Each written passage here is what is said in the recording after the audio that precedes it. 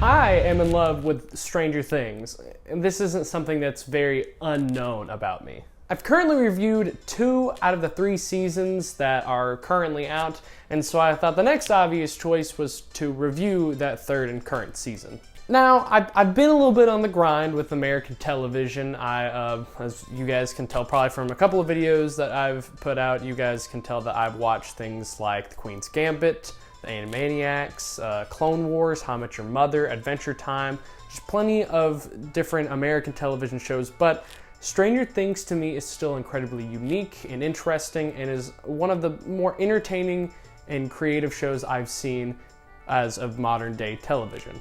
The first 2 seasons had great writing, a memorable cast, and it looked fantastic too, and honestly one of the better looking shows that I've ever seen, just in its atmosphere and the way that it replicates the 80s style, but even then it just looks really well, just trying to recreate that style. But the question is, how does it hold up? How does it compare to the other 2 seasons? Well, let's find out as we get into the review for, at last, Stranger Things 3.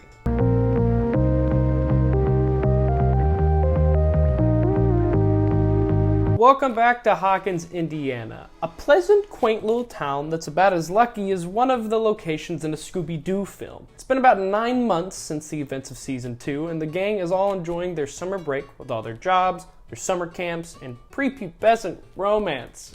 Great. The season opens up with seeing everyone's lives back to normal, with the kids hanging out and going to the mall, Joyce and Hopper doing their normal lives, and our teens getting used to their summer positions.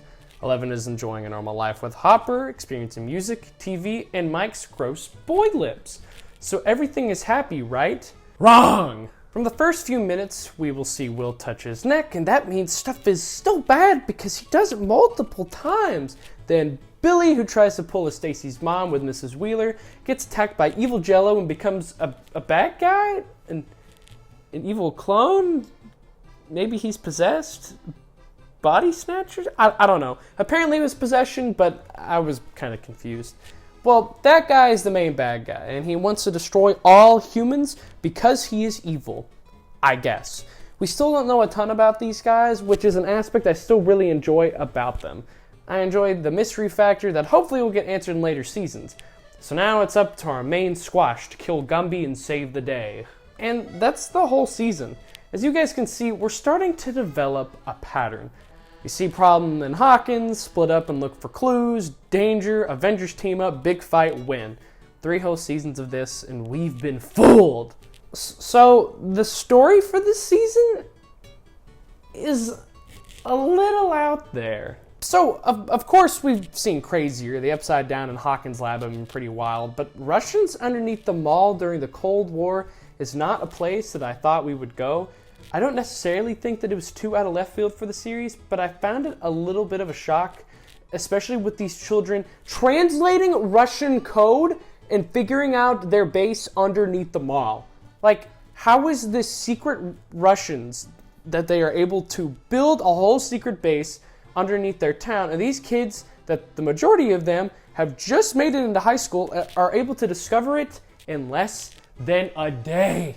This season to me was just a little weaker, simply just because there was nothing that I felt like it surprised me. Like, I feel like there was no shock factor or anything out of really left field besides the story. Nothing really, it was predictable in a way. I didn't feel any form of tension simply because I didn't think that anything crazy was going to happen. And the only thing that was really impactful for the whole season was spoiled in the teaser for season 4. Yes, we all know what I'm talking about. I didn't feel like I was under the impression that anything bad was going to happen to our main cast because I thought it was a little bit predictable. The earlier seasons nailed this because we really didn't know what the Upside Down was or what these creatures were that were coming around. So we didn't really know what was going to happen. There was that mystery aspect that carried the earlier 2 seasons. Bob, Barb, and even Billy to some degree, all 3 Bs, to some degree took me by surprise, but this season doesn't hold that shock for me anymore. With every horror, its biggest advantage is not showing everything that the monster can do. Once it does that, us as the viewers aren't very scared of that monster. I felt like I was more worried about the Russians this season than the giant Doc Ock that was walking around. They felt like they were more of a threat. I could go into more detail about why I didn't like this season as much as one or two story-wise, but there was a lot of things that entertained me and I did enjoy. As far as I'm concerned, a bad season of Stranger Things is still a really good season of television. I just had a lot of different thoughts running throughout my head just because I think that this is the season that I've seen the most out of the entire series, so I felt pretty justified in my thoughts and gripes with this season as a whole.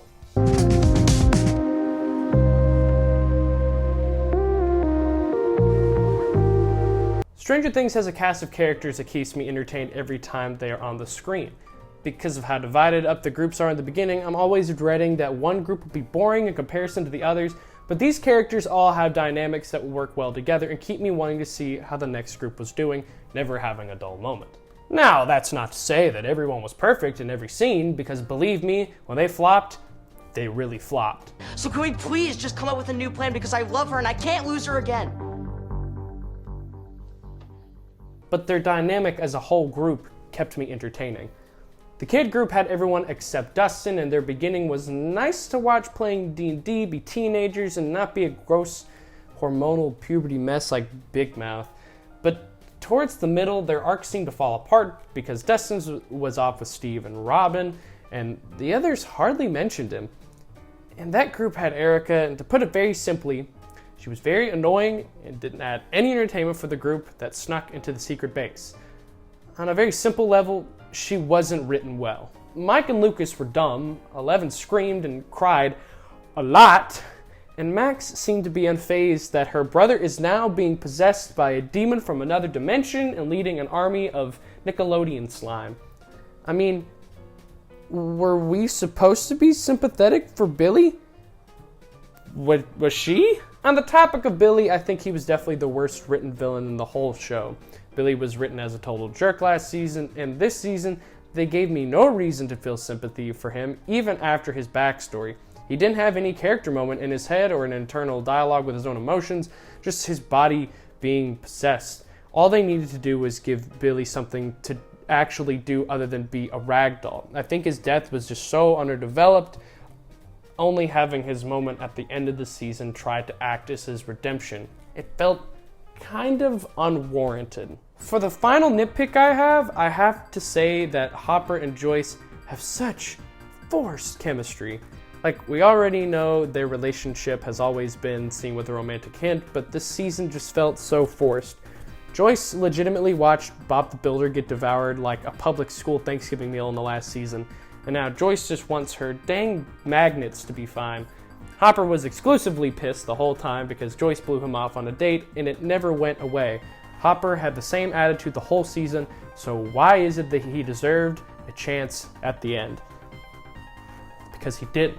Okay, now good things. I liked Will's struggle this season, but he did not have enough screen time.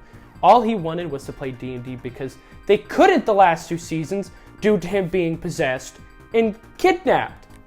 His moment in the season were some of my favorites because Will deserved to actually be around his friends, but they just want to talk about girls and not being harassed by monsters. I wish they had more of him, but the little that they had was good too. Robin and Steve were good together. I loved them being together. They were funny, and I loved Robin as a new addition. She was clever, funny, and a great contrast to Steve and Dustin. The group was my favorite part of this whole season by far, and I loved seeing them on screen. And despite the debates, I loved Nancy and Jonathan together.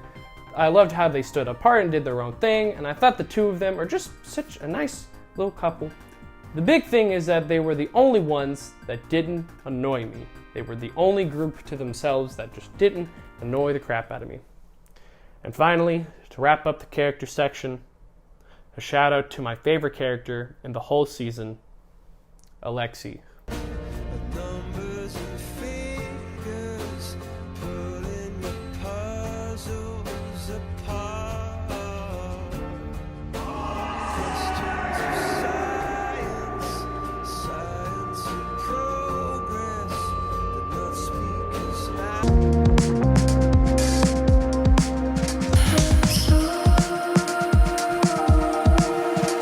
The thing that Stranger Things does best is its style. The cinematography and music, it's all so compelling and pleasing.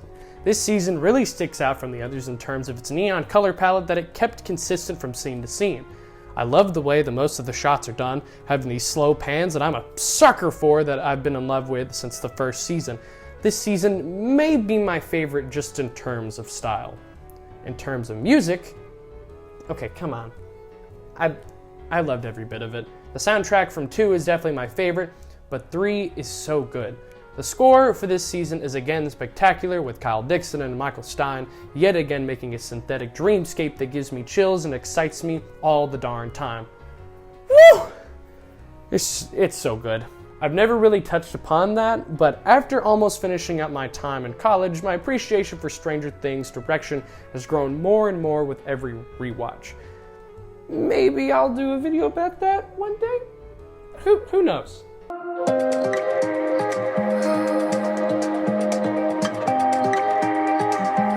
So, what did I think? I mean, it was alright.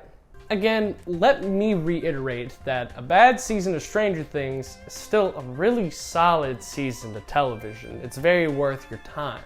The season to me was plagued with a lot of issues simply due to the fact that the Stranger Things team has become very comfortable with where they're at. After so much time, it's a lot less about trying to write a compelling narrative and more so just trying to push something out because you know that your dedicated fan base will watch anything that you put for the series. It had a great first season, and it had a very strong follow-up for the second season, but this third season didn't feel like that as much. This third season simply bugged me just because of the fact that I'm gonna watch this out of habit regardless of whether it's good or not, and I think the team may have caught on to that just a little bit in this season. I enjoyed this season for what it was, but it wasn't something that blew me away. I hope the Duffer Brothers go back and remember their roots and they remember the basic concept of the show, the creative aspect and the nature of the show.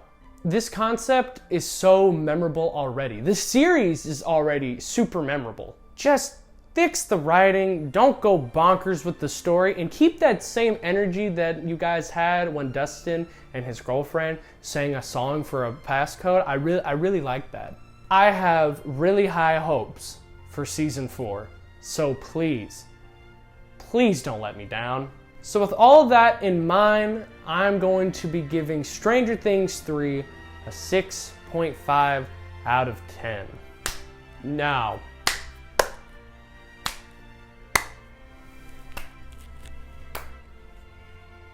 listen, if you guys want to watch Stranger Things, obviously it's exclusive to Netflix. You guys can go pick it up there. You guys can watch it very simply. It's around 8 episodes long. I think this is the shortest season that we've gotten, so it'll take you, a day or two. You could watch it all in a day if you guys are really feeling like binging it, if you haven't seen this season yet, which it's pretty late to get to this, but, I just kind of review whatever the heck I want. It's my channel, shut up. But, if you guys are interested in watching this, and if you want to own it, I think that there's probably some people that distribute it around. If you look it up on Amazon, more than likely you're going to find a DVD copy or Blu-ray copy somewhere. Or maybe Netflix does what it did with season 1 and 2 and make one of those VHS cassette DVD cases and sell those. Those are really nice. I don't own them personally, but they are really cool to look at. They're around $20, and they are worth your time if you're wanting to buy the physical release. But for the most part, that's the best way for you guys to get them. But that's everything. I finally got this out of the way. I just wanted to get this over with, so that way I can just move on with my life and I can do other things besides talk about Stranger Things. Q&A will be out soon. It's the next video I plan on working on. Yeah, and I'll be discussing more about that. But thank you guys for watching, and if you guys like this, go check out my other reviews and go check out all my other stuff. I work really hard on everything, so please go give it a like if you'd like. Okay, that's all. Goodbye.